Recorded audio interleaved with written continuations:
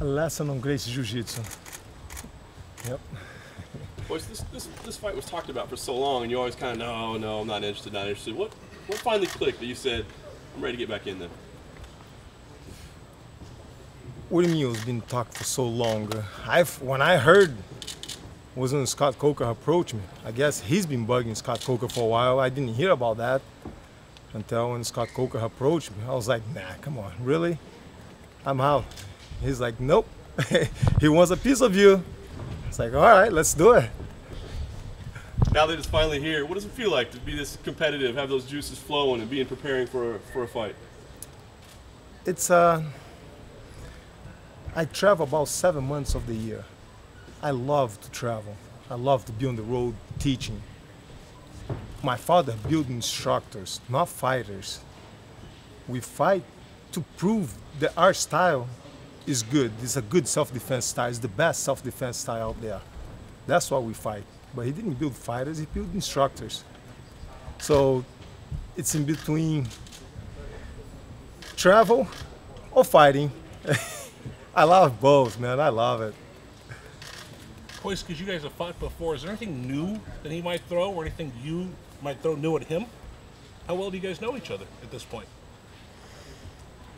I know more about him than he knows about himself.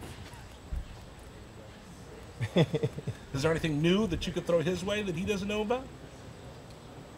When we fought 20 years ago, it was, let's say, a raw Royce Gracie. Now, I have more endurance, I'm stronger, more technique, I'm shape up, let's say, better build. Before, back then, it was just raw technique, raw talent. What do you expect to weigh in the cage, Royce? He said he's coming in at 205. What do you expect to weigh? Same thing. That's what you get, man. 178, 180 for the last 20 years.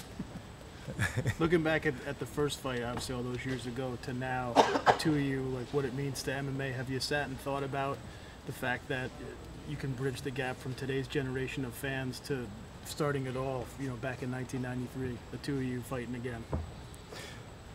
We had a follow back then, and that follow is going to watch this fight today, Friday, and the new kids, the new generation, back on the map again.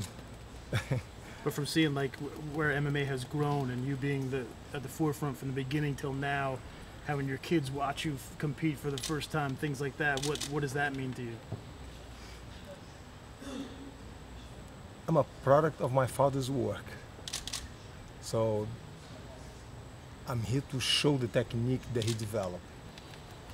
It's yes, I'm proud that my kids are watching. You see, I'm proud that they're old enough to understand now, being part of it. Yep. And they, growing up, did they watch you? Did you show them like the tapes of the old fights and things like that? To them, I'm just a dad. To them, I'm just dad. But they're looking forward for this fight. This one, Are they nervous for you? Are they? I don't think so. I don't think so. To them, it's just another day of the office, another day of training camp. Go train. They've been around the gym, I'm sure, since yes. they were little. So they've been around so long. For them, it's not something new. You've been doing this most of your life. Are you amazed that you're still doing it now, this many years later, competitively? Are you calling me old? No, I'm old. Dude, my father was doing it when he was 90. So I hope I can do it when I'm 90. Royce, do you think you have an added advantage in this fight in the sense that Ken's been so active recently? You have recent tape on him to watch his fights, Kimbo, other fights in recent years. Is that an advantage for you? I would say yes. It's we can say as an advantage. Technology helps out, but it helps both of us. The same way he can look at tapes and videos and study. You see what I'm doing. He spoke. He said he thought about the fight every now and then. How much have you thought about the last fight you've had with him over the years? I guess he haven't slept for the last 20 years. I'm sleeping fine. I beat the first time. I beat him less than a minute. Second time, he just hold me down for 36 minutes. So I'm fine. What about the reaction for the fans, seeing you guys lock up one more time? What have you heard from your fans around the world, seeing you get to fight him one more time? My fans are behind me. They're like, man, we're behind you. Show him Gracie Jiu-Jitsu. Shut him up. He talks a lot. Ken said he intimated that you wanted to fight after you saw him lose the Kimbo. He was saying that you know, because he lost the Kimbo, that's why you were asking for the fight. Would you have asked for the fight regardless? I didn't ask for the fight. Ask Scott Coker who asked for the fight. So he not just talk too much, but he lies too. Cool. Because he asked for the fight, are you more motivated to show him what he's going to get with the fight? I'm motivated because Scott Coker is the one who asked me. He's the one who insists. When Ken fought and been fighting and been asked Scott Coker to fight me, I was like, yeah. First I was like, but then Scott Coker insisted, did a little persistence and calling me out.